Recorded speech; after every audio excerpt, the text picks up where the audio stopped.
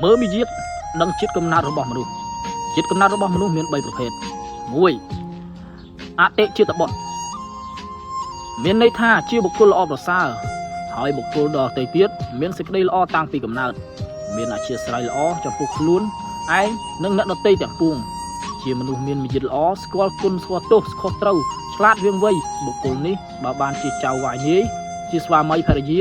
ឬជាកូនចៅស្ថិតក្នុងគ្រួសារណាមួយរមែងតែមានលៀបសំណាង2អនុជាបុគ្គលមានន័យថាជាបុគ្គលដ៏ល្អបន្ទាប់ពីបុគ្គលទី1ធម្មជាតិនៃបុគ្គលចំពោះនេះគឺជាអ្នកស្គាល់នៅការទូមានល្អពីចាស់ទុំ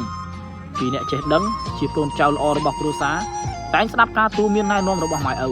គ្រូអាចារ្យជាកូនប្រកបដោយគន្លងធម៌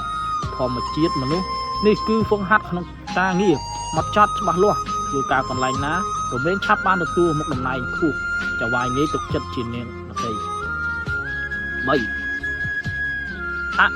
វជាតបុត្របុគ្គលមានន័យថាជាបុគ្គលដែលអាក្រក់ជូរជាតិគ្មានពីរមិនស្គាល់ល្អអាក្រក់សខ្មៅបណ្ឌិតអ្វីឡើយរមែងចូលចិត្តប្រព្រឹត្តអំពើអបាយមុខស្រីស្រាលបែងគេមិនខ្វល់ថាទង្វើខ្លួនធ្វើមានផលប៉ះពាល់ដល់អ្នកដទៃឡើយធម្មជាតិនៃបុគ្គលនេះមិនចេះការពារកំហុសមិនចេះការពារវិបត្តិពេលធ្វើខុសរមែងមិនទទួលខុសត្រូវបង្កើតលេសយករួចខ្លួនជានិច្ចហើយជាកូនដែលធ្វើឲ្យម៉ែឪស្រក់ទឹកភ្នែកគ្មានថ្ងៃស្បោត